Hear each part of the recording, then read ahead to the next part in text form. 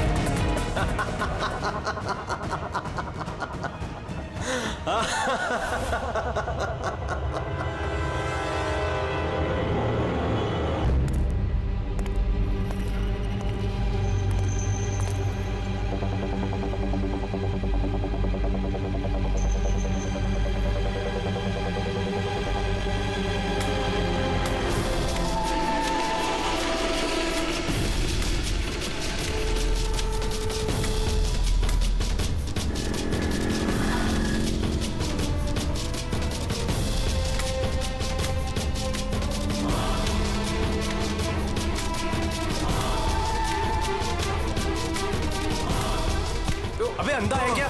देख के नहीं चल सकता क्या? अंधा ही हूं भाई। अरे भाई सॉरी, मेरी छड़ी मुझे पता नहीं था। आपको ऐसे नहीं निकलना चाहिए, कहीं चोट लग जाएगी आपको। माफ करिए, पर मुझे ध्यान देना चाहिए। ठीक है, आराम से जाइएगा। जी जी। आप चले जाएंगे या मैं छोड़ के आऊं? नहीं, मैं चला जाऊंगा। ठीक है, थैंक यू।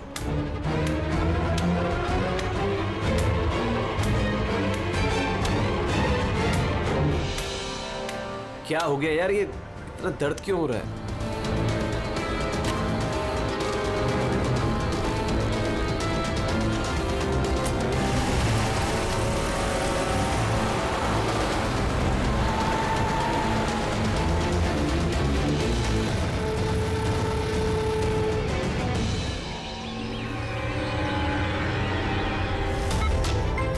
कुछ नहीं होगा रमन, तुम्हें कुछ नहीं होगा। Hold on Raman. पैर पकड़ो। डॉक्टर इंजेक्शन, जल्दी फास्ट, क्विकली। डॉक्टर इंजेक्शन दो जल्दी।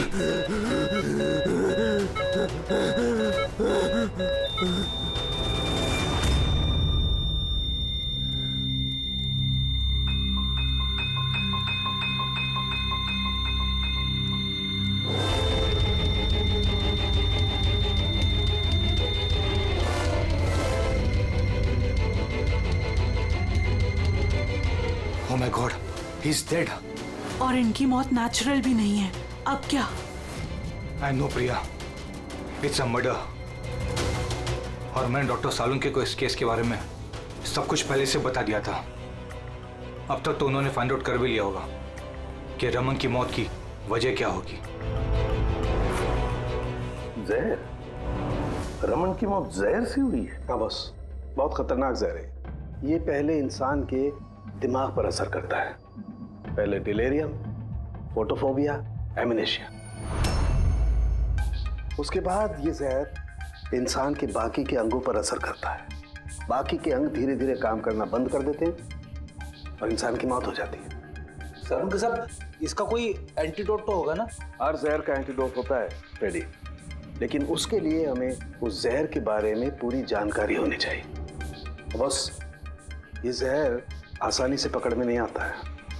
मुझे भी बहुत सारे टेस्ट करने पड़े इसे ढूंढने के लिए। सर, जहर दे के मारना एक अलग बात है, और ऐसा जहर देना जिससे इस तरह तड़प तड़प के मरे, ये जरा चौंकाने वाली बात नहीं लगती? लेकिन ये जो भी कोई है, ऐसी नफरत करता था रमन के साथ कि उसने उसे ऐसी खतरनाक मौत दे दी। समझ में नहीं आता कौन हो सकता है ये, कौन होगा? कोई भी हो सकता है सर, रमन को जुए की लत थी। क्रिकेट, रेस कोर्स, सट्टा, हर तरह का जुआ, और इसी चक्कर में वो 5 करोड़ के कर्जे में था। 5 करोड़? 5 करोड़? हाँ सर, उसको धमकी भरे मैसेजेस भी आए थे। उसके फोन रिकॉर्ड्स में ऐसे कई सारे मैसेजेस हैं जो उसको बुकीज और सट्टेबाजों ने भेजे। ये देखिए सर, हो सकता है इन्हीं में से किसी की धमकी सच साबित हो गई होगी। पता नहीं, पर जिस तरह से इसको मारा है सर, लगता तो नहीं है किसी बुकी का काम है। फिर भी इन्हें बुलाना तो पड़ेगा, शायद कुछ पता चल जाए। हाँ। Hello ACP Pradyuman. अच्छा, ठीक है।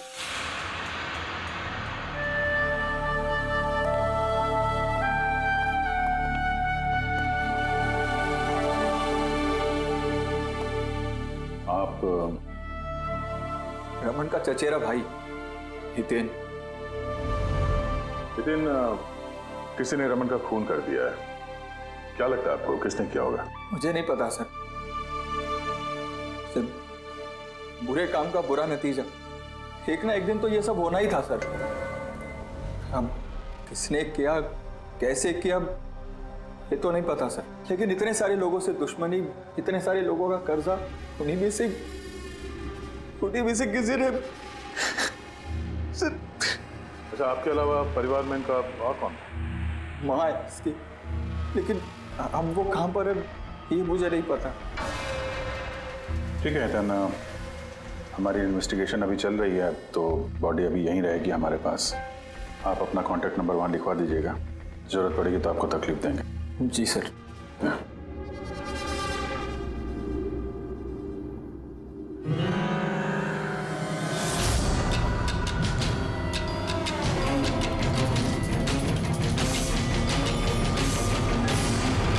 सबका उतना दुखी है नहीं जितना ही दिखा रहा है।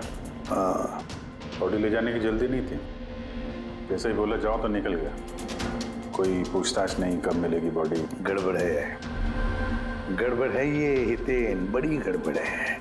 ऐसे लग रहा था जिसे ये बात पक्की करने आया था कि रमन मरा है या नहीं। नजर रखो उस पर। रमन, रमन बेटा, रमन क्या हुआ बेटा? रमन। मैम, आप बेटा मेरा रमन, माँ मैं इसकी वसुंधरा। बेटा क्या हुआ? मैं तो तेरा इंतजार करती रही कि तू आएगा और मुझे घर ले जाएगा एक दिन, पर तू तो इतना दूर चला गया बेटा। रमन, तो आप अपने बेटे रमन के साथ नहीं रहती थी? जी नहीं सर। आप? सर मेरा नाम मदन है। भगवान, मुझे क्यों बिठा रखा यहाँ पे? उठा लेता मुझे ही। संभालो अपने आप को। और कितना रोग इस नालायक के लिए, इसको अपनी करनी की सजा मिली है। नहीं बेटा, ऐसा मत कहो। चाहे जैसा भी था, बेटा था मेरा। क्यों, ऐसा क्या किया था इसने इनके साथ? इन्हें अपने ही घर से बाहर निकाल दिया, सड़क पर छोड़ दिया अकेले। ऐसा क्यों? बोला माँ बहुत कर्जा है, घर बेचना पड़ेगा और मेरा खर्चा भी नहीं उठा सकता, इसीलिए मुझे छोड़ दिया। और फिर क्या करती सर, ठीक से दिखाई नहीं देता, कहाँ जाती मैं, पड़ी रही फुटपाथ पे, भूखी प्यासी, बेघर बेसहारा। फिर शायद भगवान को दया आ गई और उसने उस फरिश्ते को भेज दिया। उसका चेहरा तो नहीं देखा मैंने, लेकिन उसने मुझे अपने साथ चलने के लिए कहा और मैं चली गई। एक बड़ा आदमी मुझे इसके पास ले गया। सर, दरअसल मेरी एक संस्था है, संयुक्त वृद्धाश्रम। हम वहाँ पर कोशिश करते हैं कि इन जैसे बुजुर्गों को घर जैसा प्यार और सम्मान मिल सके। माँ जी मुझे वृद्धाश्रम के गेट पर मिली थी एक चिट्ठी के साथ, जिसमें लिखा था कि इनका ख्याल रखना।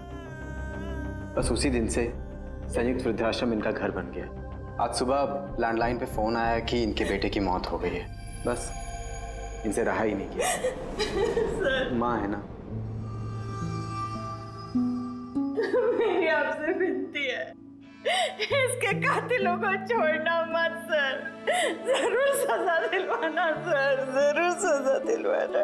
देखिए माँ जी, मैं आपसे वादा करता हूँ, हम रमन के कातिल को नहीं छोड़ेंगे, उसे कड़ी से कड़ी सजा दिलवाएंगे।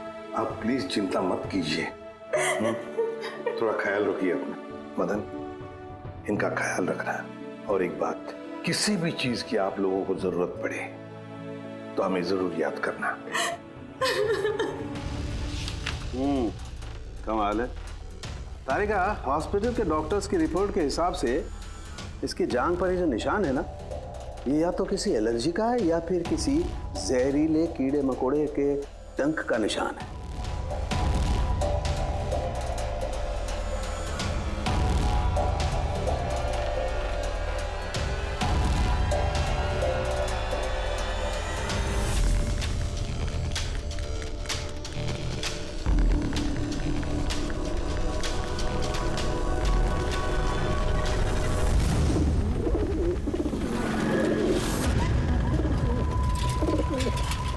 सर, इस हितेन की हरकतें ठीक नहीं लग रही है सर। ऐसे ऐसे लोगों के साथ उसका उठना बैठना है, उस पर शक करना बनता है सर। एक और बात है सर, कुछ समय पहले ये रमन ने उसे अपने घर से निकाल दिया था।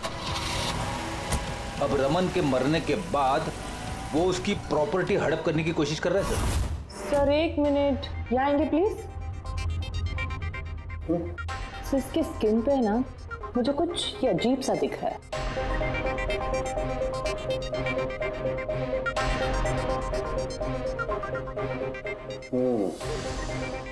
तारिका, ये जो अजीब सी चीज है ना, दरअसल ये पैराफिन है।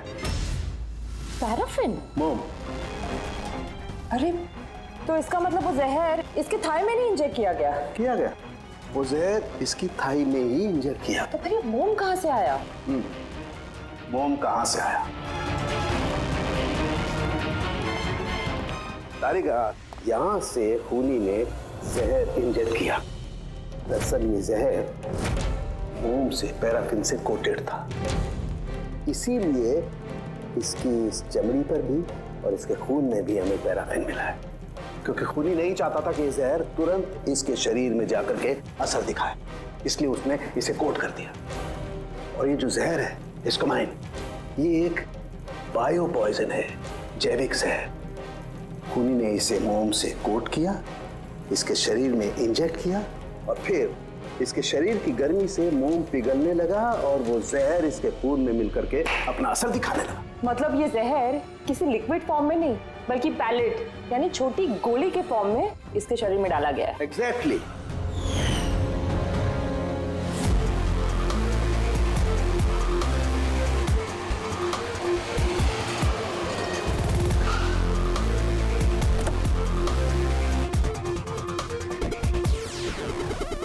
ये वो कंस्ट्रक्शन साइट जहाँ पे रमन इंजीनियर था। उसके कोलीग बता रहे थे कि यहाँ से निकलने के बाद उसको कुछ पैर में तकलीफ हुई है।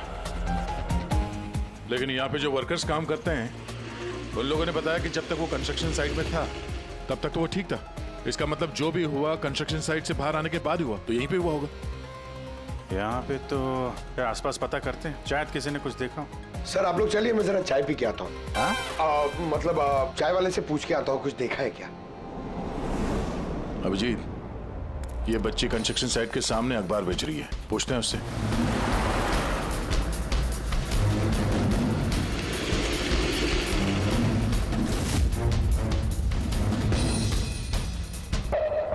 क्या नाम है बेटा आपका? चुटकी। चुटकी। अच्छा बेटा जरा ये देखो, ये फोटो देखो ध्यान से। इनको जानती हैं आप, पहचानती हैं? हाँ, ये अंकल तो हमेशा मुझसे अखबार खरीदते थे, पर 3 दिन से ये नहीं आए। तो 3 दिन पहले आपने इस अंकल को यहाँ पे देखा था? हाँ, एक आदमी के साथ ये टकरा गए थे। इनको चोट भी लगी थी। वो आदमी बहुत अजीब था। अजीब मतलब? ओ, अबे अंधा है क्या? देख के नहीं चल सकता क्या? अंधा ही हूँ भाई।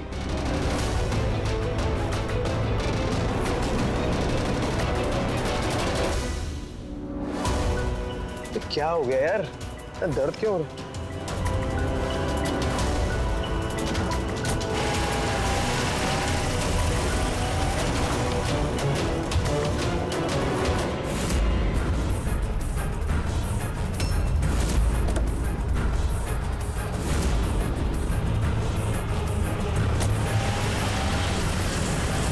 तो अंधा नहीं था और उसी ने हमला किया रमन पे। अच्छा बेटा, आप वो जो अंकल थे उनको पहचान सकते हो? देखा था आपने उनको ठीक से? नहीं। अच्छा वो कार का नंबर देखा आपने? नहीं अंकल, वो अंकल को कार चलाते देख मैं एकदम चौंक गई थी, इसलिए कार का नंबर याद नहीं है। पर क्या बात है अंकल, इंजीनियर अंकल ठीक तो है ना? नहीं बेटा, उन्हें कुछ नहीं हुआ। वो अभी किसी दूसरे कंस्ट्रक्शन साइट पे चले गए, अब वो यहाँ पर नहीं आएंगे। Thank you. हैं आप इस समय अखबार बेच रही हो, स्कूल नहीं जाती आप?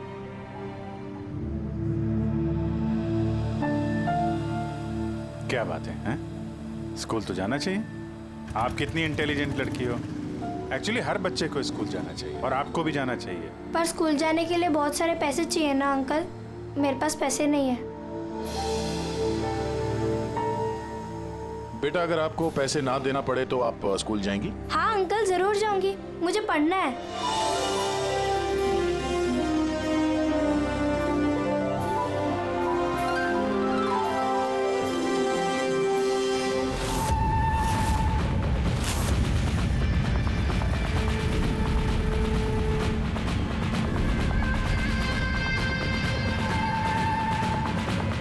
समीर अब तुम्हारी बारी।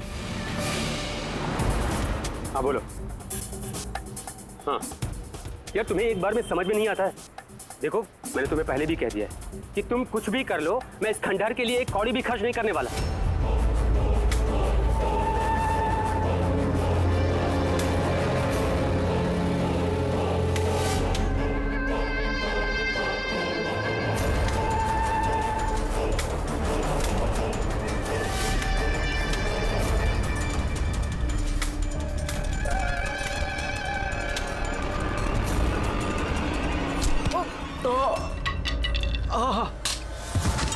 ओए दिखाई नहीं दे।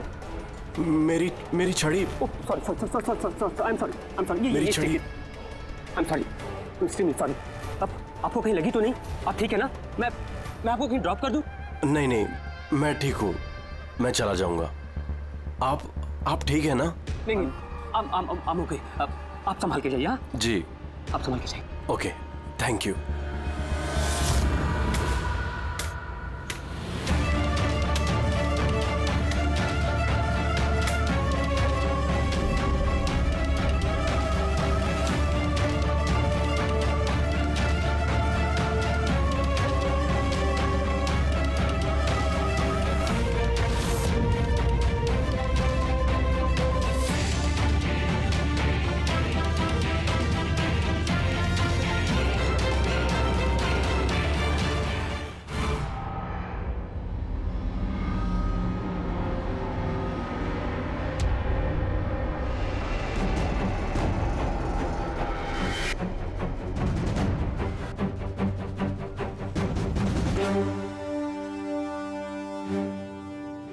आसान के क्या पता चला?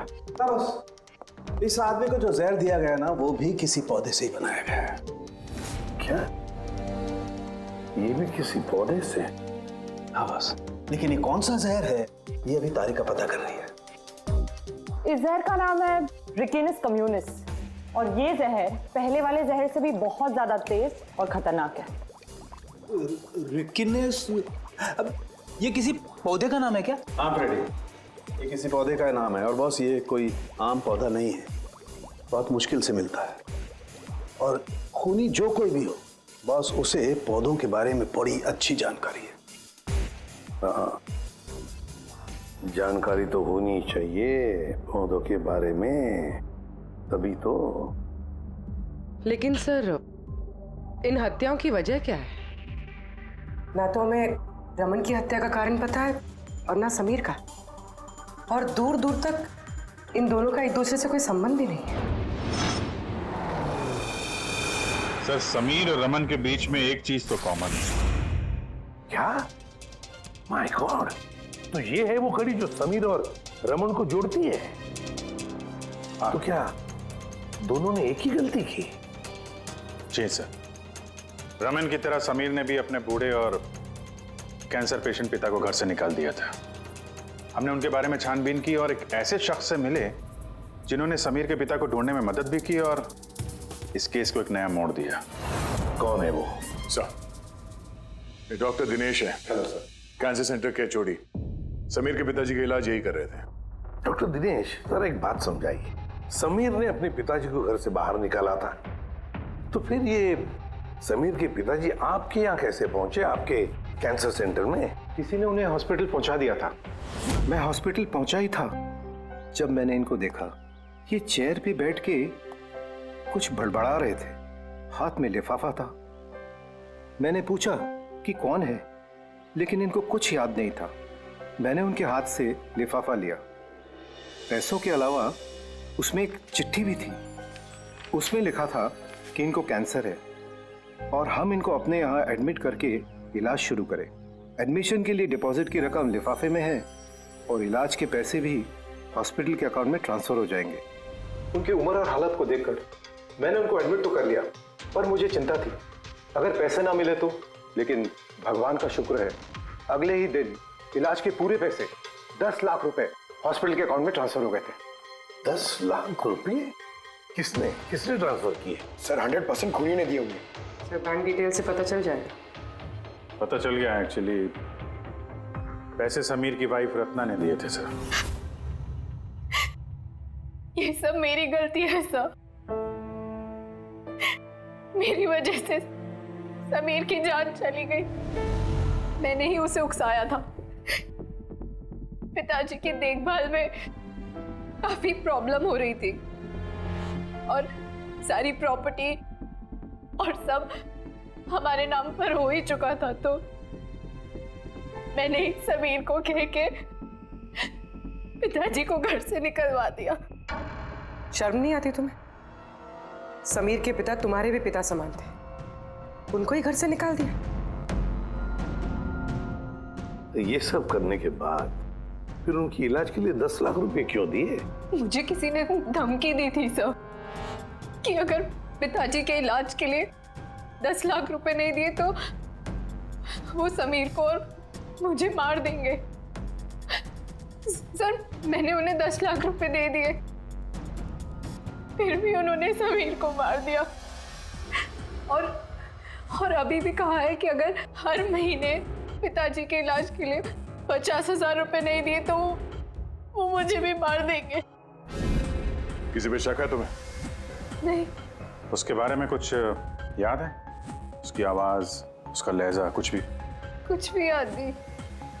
सर प्लीज मुझे बचा लीजिए। सर मैं मरना नहीं चाहती। सर मैं पिताजी को घर ले आऊंगी, मैं उनकी पूरी देखभाल करूंगी, पूरी कोई तकलीफ नहीं होगी। सर आप प्लीज मुझे बचा लीजिए। घबराओ सर प्लीज मुझे बचा। कुछ नहीं होने देंगे तुम्हें हम।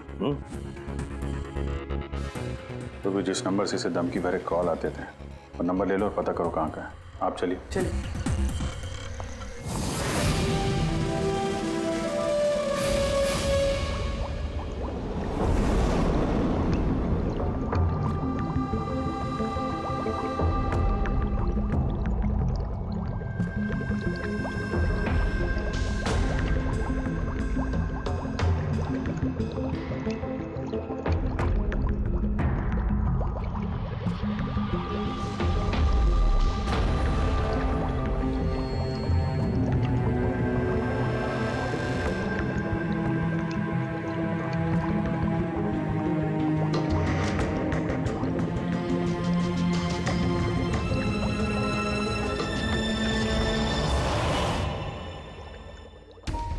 सर हमने इतने सारे एंटीडोट्स बना लिए, लेकिन इसकी क्या गारंटी है कि खूनी इन्हीं में से किसी जहर का इस्तेमाल करेगा। अब कुछ भी हो जाए, हम खूनी का दिमाग तो नहीं पढ़ सकते ना।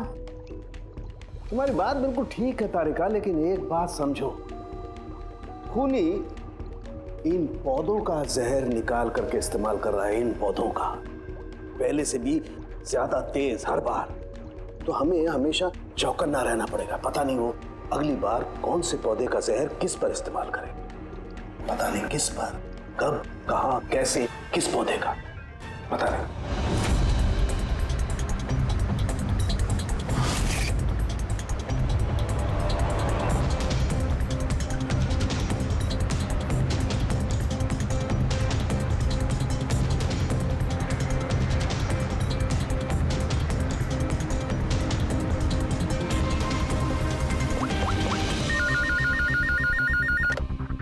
हेलो। हाँ पूर्वी बताओ। सर वो फोन बूथ जहाँ से कातिल ने रत्ना को धमकी भरे कॉल्स किए थे, वो ये भाईंदर रेलवे स्टेशन के पास है। Bhayandar railway station? वहाँ तो बहुत भीड़ भाड़ रहती है। जाहिर सी बात है उसने ब्लाइंड मैन के भेस में तो किया नहीं होगा। बड़ा मुश्किल है पता लगाना। सर किसी को कुछ पता तो नहीं है, लेकिन एक खास बात यह है कि ये कॉल्स सुबह 11 से 12 के बीच किए गए हैं और रेलवे स्टेशन के पास एक बस स्टैंड भी है जहाँ से बस जाती है पुणे। बस स्टैंड भी पास में ही है, तो ट्रेन से भी जा सकता है और बस से भी। चलो कोई बात नहीं, देखते हैं। भाईंदर, इसका मतलब कि खूनी मुंबई से ही है और सिर्फ समीर का खून करने के लिए पुणे गया था। तो पुणे वो ट्रेन से गया होगा या फिर बस से या फिर कोई प्राइवेट गाड़ी या फिर खुद की गाड़ी से। वही तो सर, खूनी को पता था कि हम लोग रत्ना तक पहुंच जाएंगे और ये कॉल वाली बात खुलेगी, इसलिए वो हमें गुमराह कर रहा है सर। खेल खेल रहा है हमारे साथ। हाँ, खेल खेल रहा है। मगर सर हम लोग खूनी तक पहुंचेंगे कैसे? हमारे पास उसके खिलाफ तो कोई इंफॉर्मेशन है ही नहीं और हमें यह भी नहीं पता है कि उसका अगला शिकार कौन होने वाला है। पंकज, इससे पहले कि खूनी अपनी शिकार तक पहुंचे, हम शिकार उसके सामने डाल देंगे। ये घटना आज सुबह 10 बजे की है। मुंबई के गोरेगांव रेलवे स्टेशन पर एक बुजुर्ग ने रेल के नीचे आकर अपनी जान देने की कोशिश की। वहां मौजूद लोगों ने उन्हें बचा लिया। आइए जानते हैं कि आखिर वो क्या वजह है जिसने एक बुजुर्ग को ये करने पर मजबूर कर दिया। क्यों पकड़ के रखा हुआ? छोड़ दो मुझे, मैं नहीं जीना चाहता हूँ। क्या करूंगा मैं जी करके? लेकिन आपके साथ हुआ क्या है? आखिर आप क्यों मरना चाहते हैं? क्या हुआ? मेरे साथ क्या हुआ? मुझे मेरे इकलौते बेटे ने घर से बाहर निकाल दिया, अकेले करके। मैंने अपने बच्चे को इतने प्यार से पाला पोसा और उसने मुझे घर से बाहर निकाल दिया। ये तो बड़े दुख की बात है। आखिर क्या हो गया हमारी आजकल की पीढ़ी को? आपका बेटा करता क्या है? क्या करता है? स्कूल जाता है। टीचर है? नहीं, पढ़ता है, स्कूल में पढ़ता है। अभी 8 साल का ही तो है। जी क्या कहा आपने? क्या कहा मैंने? आपका बेटा कितने साल का है? कितने साल का है? आपने कहा 8 साल का है। मेरा बेटा 8 साल का है, उसने मुझे घर से बाहर निकाल दिया। मैं मर जाऊंगा। सुना आपने? इनका दावा है कि इनके 8 साल के बेटे ने इनको घर से बाहर निकाल दिया। आखिर क्या वजह है? कौन है ये 8 साल का बच्चा? रेल की पटरी पर जान देने की कोशिश करने वाले बुजुर्ग के 8 साल के बेटे का पता चल गया है। वो दरअसल 33 साल का सॉफ्टवेयर इंजीनियर है। बुजुर्ग की दिमागी हालत ठीक नहीं है, इसलिए अब भी वो उसे 8 साल का बच्चा ही समझते हैं। उनका बेटा अमेरिका में रहता है और उसने उन्हें घर से बाहर निकाल दिया है। उसके बाद ही बुजुर्ग ने अपनी जान देने की कोशिश की। आइए उनके बेटे से ही पूछते हैं कि उन्होंने आखिर ऐसा क्यों किया। सर एक सवाल सर, क्या ये सच है कि आपने अपने पिताजी को घर से बाहर निकाल दिया है? हाँ ये सच है। सर आखिर आपने ऐसा क्यों किया? आपको एक बार भी बुरा नहीं लगा? हाँ निकाला मैंने और बुरा भी नहीं लगा। आप जानते हैं इनको? आपने कभी झेला इनको? इनको अल्जाइमर्स की बीमारी है। मैं पागल हो गया उनका ख्याल रखते रखते। मेरी खुद की एक लाइफ है, मेरी वाइफ है, मेरी फैमिली है। मैं क्या करूं? कब तक पैसे दे के इनका ट्रीटमेंट का काम कराते रहूं? मैं पैसे नहीं मेरे पास, सब खत्म हो गया। अरे यहाँ से, अरे छोड़ दो मेरा पीछा, मेरे दूर चले जाओ मुझसे। परेशान हो गया हूं आपसे मैं। ये तमाशा देखो खड़ा कर दिया। खुश हो गए? चले जाओ मुझे छोड़ गए यार। Sir sir sir sir sir sir कभी आप भी तो छोटे थे ना। इन्होंने आपको पाल पोस के बड़ा किया, इस लायक बनाया और आपने इन्हें घर से ही बाहर निकाल दिया। तुमको बहुत प्यार आ रहा है? हाँ? जा अडॉप्ट कर ले जाके। दिमाग खराब मत करो मेरा। तुमको जो करना था ना तुमने आके कर लिया बवाल खड़ा। टीआरपी मिल गई ना तुमको, पैसे कमा लिए ना। हटो यहाँ से। तो देखा आपने कि किस तरह एक लड़के ने अपने बाप को घर से बाहर निकाल दिया। अब ये बेचारे बुजुर्ग कहाँ जाएंगे, किसके साथ रहेंगे? इन्होंने अपनी सारी पूंजी अपने लड़के पे लगा दी और आज इनके लड़के ने इनको घर से बाहर निकाल दिया।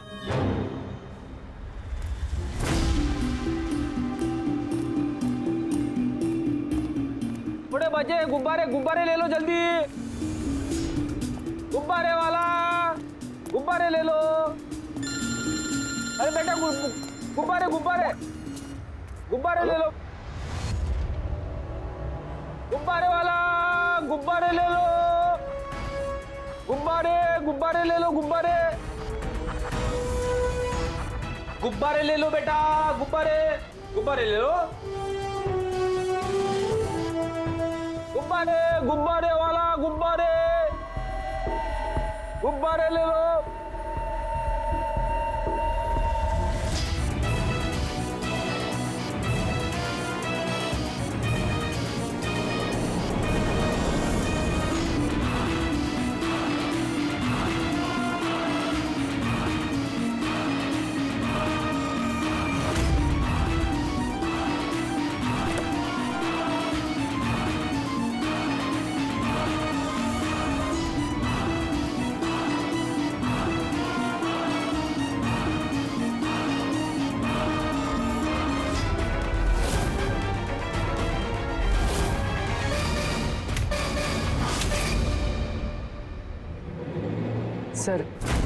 सर एक अंधा बिल्डिंग की तरफ आ रहा है।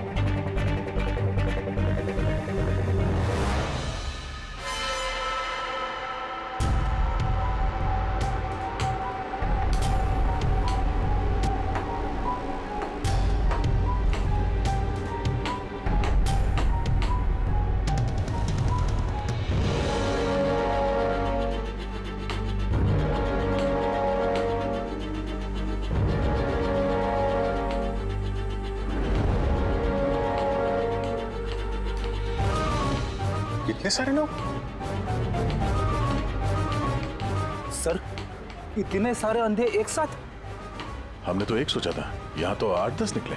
लगता है ये कोई चाल है। आप लोगों को जाना कहाँ है? एक मिनट आप लोग रुकिए। एक मिनट, यहाँ कैसे आ गए आप लोग? आइए। ये आप सब कहाँ हैं आप लोग? यहाँ पे क्या बात है? क्या हुआ? यहाँ आंखों का फ्री चेकअप होने वाला है। संपत है आप? संपत? उसने ही बुलाया था हम लोगों को। देखिए यहाँ पे ऐसा कोई शिविर नहीं है। कौन संपत कौन है? किसने बुलाया आपको? उसने ही तो बुलाया था यहाँ।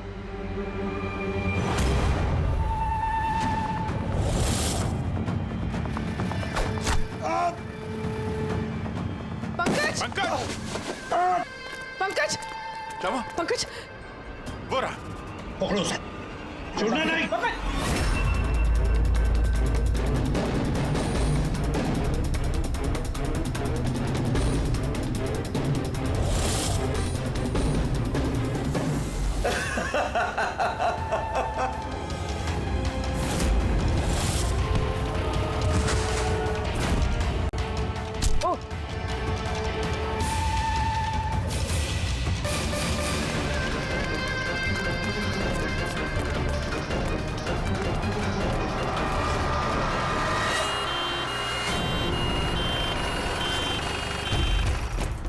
आजा जल्दी आजा।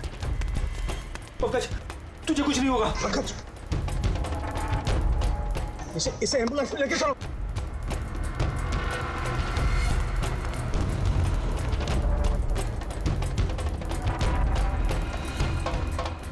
पंकज, पंकज, तुझे कुछ नहीं होगा। पंकज, तारिका, ये लो, इससे जहर का पता करो। अगर जहर का पता नहीं चला तो हम एंटीडोट नहीं दे पाएंगे। मेरी बात सुन रहे हो तुम? सुना नहीं है पंकज, आंखें बंद मत होने देना। आदिश, हमारे पास इसका एंटीडोट हो, वरना हमें इसे हॉस्पिटल ले जाना पड़ेगा। एंड आई एम श्योर ये वाला जहर पहले वाले जहर से बहुत ज्यादा स्ट्रॉन्ग है। तारिका, एक काम करो, नेशनल बायो सेंटर को फोन करो और उसे लाइन पर रखो।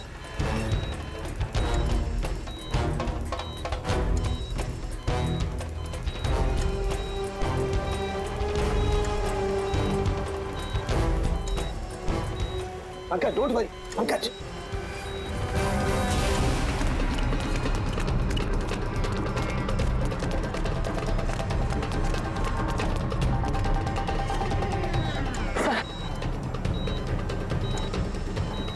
ओह माय गॉड, ये नहीं हो सकता है। और सूत्र तो जहर ही बदल दिया। लेकिन सर, हमारे पास इतने सारे एंटीडोट से कोई ना कोई तो काम करेगा ना। कोई काम नहीं करेगा बॉस, ये पौधे का जहर ही नहीं है, उसने जहर बिल्कुल बदल दिया है। अब क्या होगा सर? करना कुछ यार। पंकज, पंकज, कीप ब्रीदिंग, सब ठीक हो जाएगा। हाँ,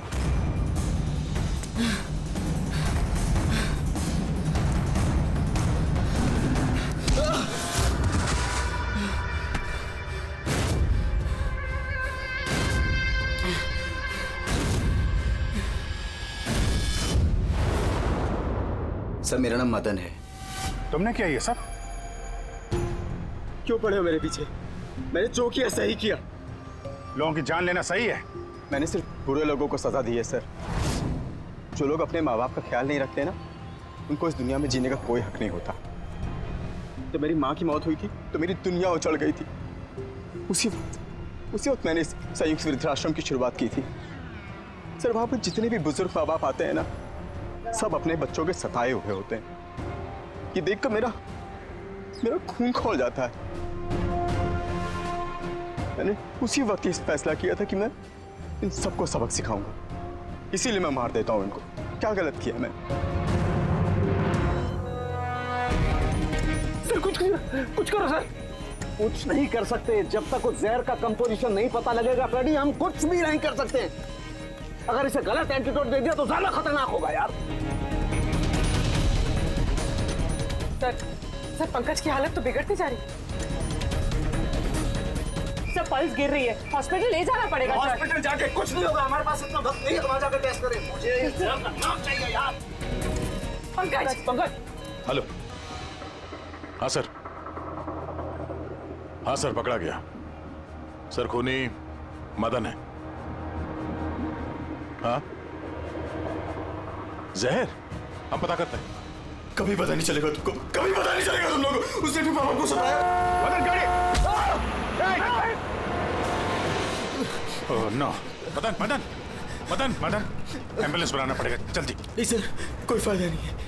मेरा काम हो गया है। नहीं मदन, मान लिया तुमने उन लोगों के साथ जो कुछ भी किया, मान लिया, लेकिन तुमने जिसे वो जहर चुबाया है वो बेगुनाह है, निर्दोष है, उसने कुछ नहीं किया। वो जहर कौन सा बताओ? हाँ? BTX। सब, उस जहर का नाम BTX है। सारंग, जहर का नाम है BTX। पंकज, आंखें बंद मत होने देना। मदन, बस हो गया, you'll be all right। बस अब पंकज को कुछ नहीं हो सकता है, कुछ भी नहीं। Welcome my boy. घबराओ मत, कुछ नहीं होगा तुम्हें। तुम आदमी अच्छे थे मदन, लेकिन तुमने जो किया वो सही नहीं था। ये तो चला गया अभिजीत, तो चाहे कुछ भी हो जाए, इसका वो वृद्धाश्रम बंद नहीं होने देंगे। For more updates, subscribe to our channel, click the show links and enjoy watching the videos.